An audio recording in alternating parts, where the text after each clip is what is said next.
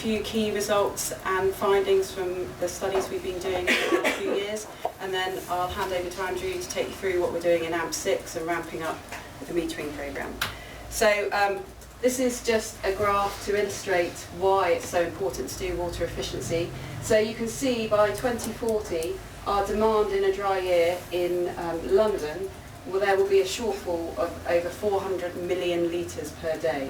So we have got a huge gap between the amount of water available at the moment, if we continue as we are, and where we would be by 2040 with our rising demand. So to give you a bit of background, so London's population is due to increase by 2050, as if we put the populations of Manchester and Sheffield into London. So by 2050 we're expecting a huge increase in population. So our demand is increasing and we have to do something to bridge that gap.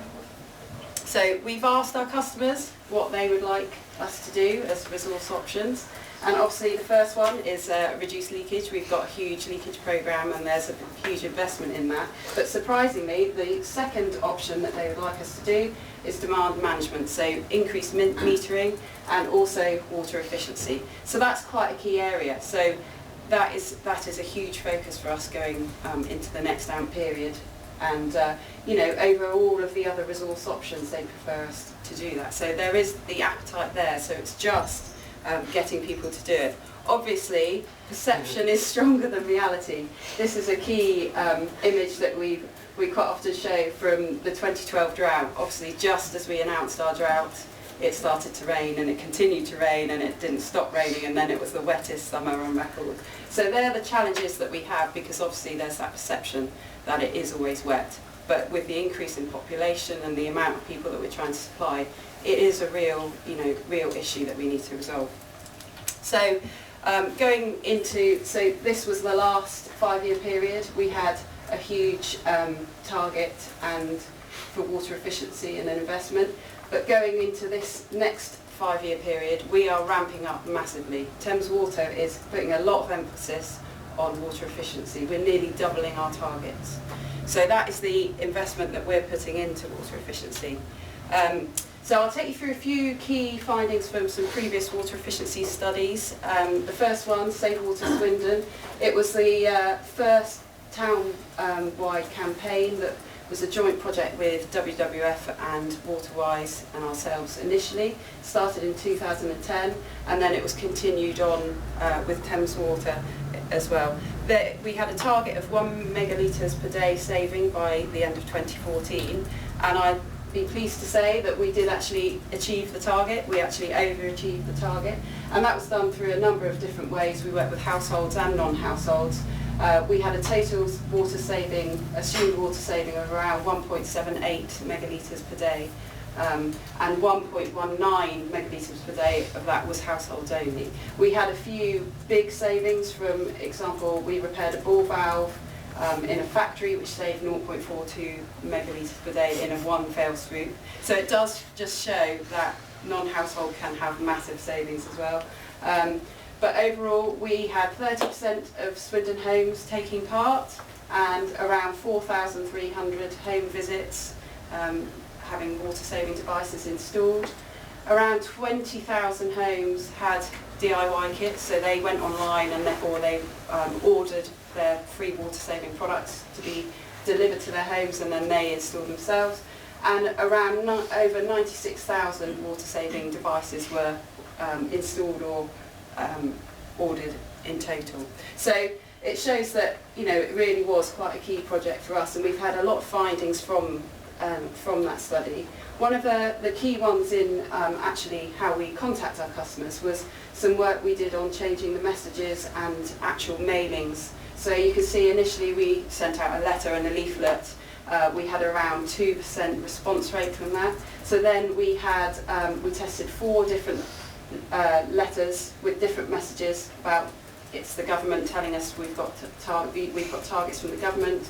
And then another one about energy bills, saving money on energy bills, another one about environment, and then also one about social response. So we tested 4 different messages. They all came out around 5% but slightly highest was about the government target, and that gave people reassurance about why we were actually doing water efficiency.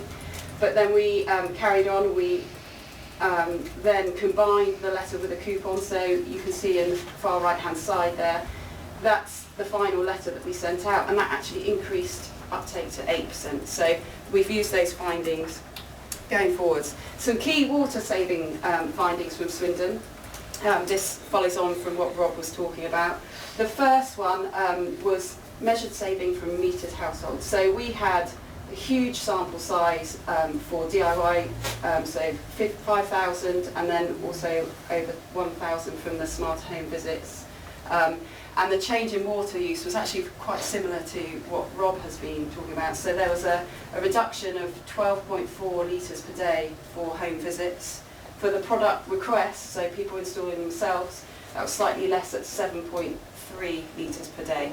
Obviously, there is a bit of a caveat on that. So we had around 50% of metered customers take part and 50% of unmetered customers take part, but this is just showing metered customers. I think the area that we really are missing is finding out how much water we save from unmetered customers. It's quite difficult. So although we had a few unmetered customers measured, it's not giving us enough data to actually put out any conclusions. We did actually do some fixed network trial data, so we had a lot more detailed data.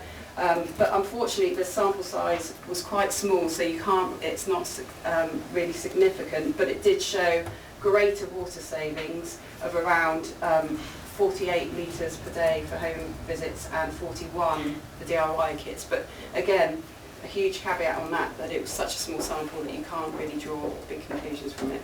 We did also look at DMA, so district metering area data, and there was no visible savings. I mean, if we're struggling to really identify them in reality in household level, it does make it very difficult. So I guess that shows that it is really difficult to actually prove what we're doing, but with our metering programme going forwards and the huge amount of data we'll be able to have, I think we'll have a lot more confidence in those numbers going forwards. So we also came out with a 10-step blueprint for future campaigns from Save Water Swindon. I won't go through all of that because I know we're limited for time, but it just shows that we're sort of feeding all of that into our programme. We also did a bit of leaky loo analysis. It was a bit before the collaborative fund, and it was a smaller sample. There was only 50 toilets that we did, but in actual fact the numbers are coming out very similar. So although it showed that the average toilet wasted around 405 litres a day, the actual fix saved us 212, which is very similar to what the collab fund has been saying. And you can see there from the data that that was a really nice example of a huge saving after a fix, 650 litres a day. So we are now incorporating wastage fixes into our programme going forward. So I'll quickly pass over to Andrew. Cool. Thank you. That's right. So going forward, we have a huge range of programs. This is just a quick snapshot of some of the key ones.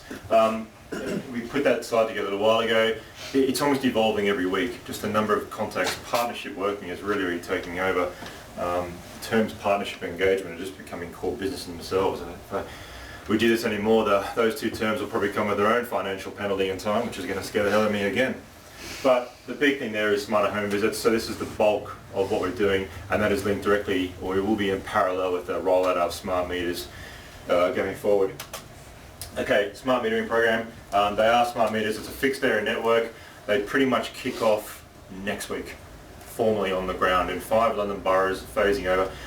The actual rate of rollout will be very similar to what Southern Water did, which took them 5 years. Just the scale of London will be about 10 years program, then we go outside. So all up, you're looking at a 15-year plus program rollout of smart meters. This will give households the ability to see their information. It's not live. It's a daily data download, but broken down hourly at the moment. So that's where we are.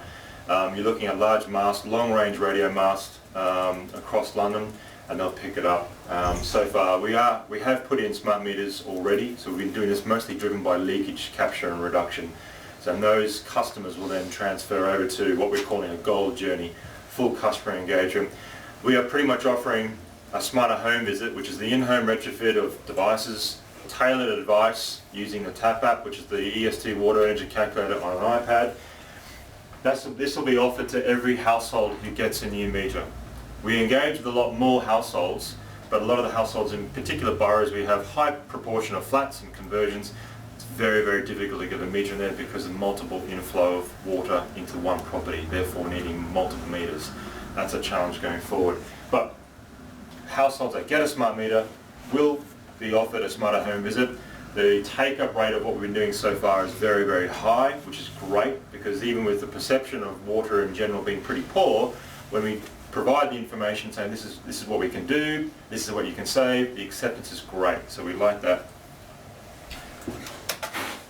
That's just generally what it is. It's just sitting in kitchens and living rooms and bathrooms talking about with the family what they currently do, what we could do for them right now, what they can do for themselves going on, and how much water that's going to save, and the benefits to the water and energy bill, which is really key because of the hot water links.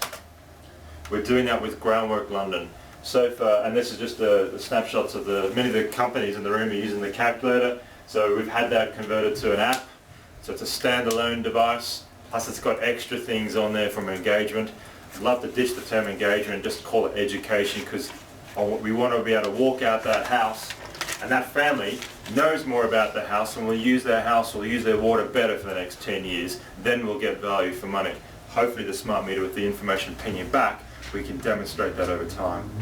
The feedback we're getting so far is fantastic. I think we're currently holding the highest customer satisfaction rating of any program across the business. So we like that a lot. This is how we set it up to work, to try and get more touch points. The TAP app, or Talk and Products is what we've called it. It's operated on the iPad in their house with the householder, usually 40-45 minutes or so. That information is pinged back to us to our cloud database. We're using it to link to our stock management system, so what devices, how much is going out, where it's being installed, what do we need to order, just so we can manage that system really, really well. We generate our own savings report. We're in the process of developing a really comprehensive dashboard, an internal dashboard, to see what's going where, what's being saved, what are the things that people say they're going to do, where are the areas that people are using most water, what should we focus on in the future.